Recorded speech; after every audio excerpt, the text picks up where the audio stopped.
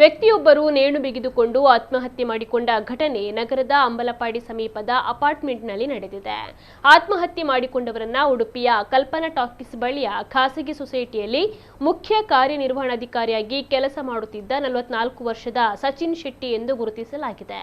ಅವರು ಕಳೆದ 4 ವರ್ಷಗಳಿಂದ ಸೊಸೈಟಿಯಲ್ಲಿ ಮುಖ್ಯ ಕಾರ್ಯನಿರ್ವಹಣಾಧಿಕಾರಿಯಾಗಿ ಸೇವೆಯನ್ನ ಸಲ್ಲಿಸ್ತಾ ಇದ್ರು. ಆತ್ಮಹತ್ಯೆಗೆ ನಿಖರವಾದ ಕಾರಣ ತಿಳಿದು ಬಂದಿಲ್ಲ. ಘಟನೆಯ ಕುರಿತು ಮಾಹಿತಿ ಪಡೆದ ಉಡುಪಿ ನಗರ ಠಾಣೆ ಪೊಲೀಸರು ಸ್ಥಳಕ್ಕೆ ಭೇಟಿ ನೀಡಿ ಪರಿಶೀಲನೆಯನ್ನ ನಡೆಸಿದ್ದಾರೆ. ಘಟನೆಯ ಸಂಬಂಧ ತನಿಖೆ ಕೂಡ ಮುಂದುವರೆದಿದೆ.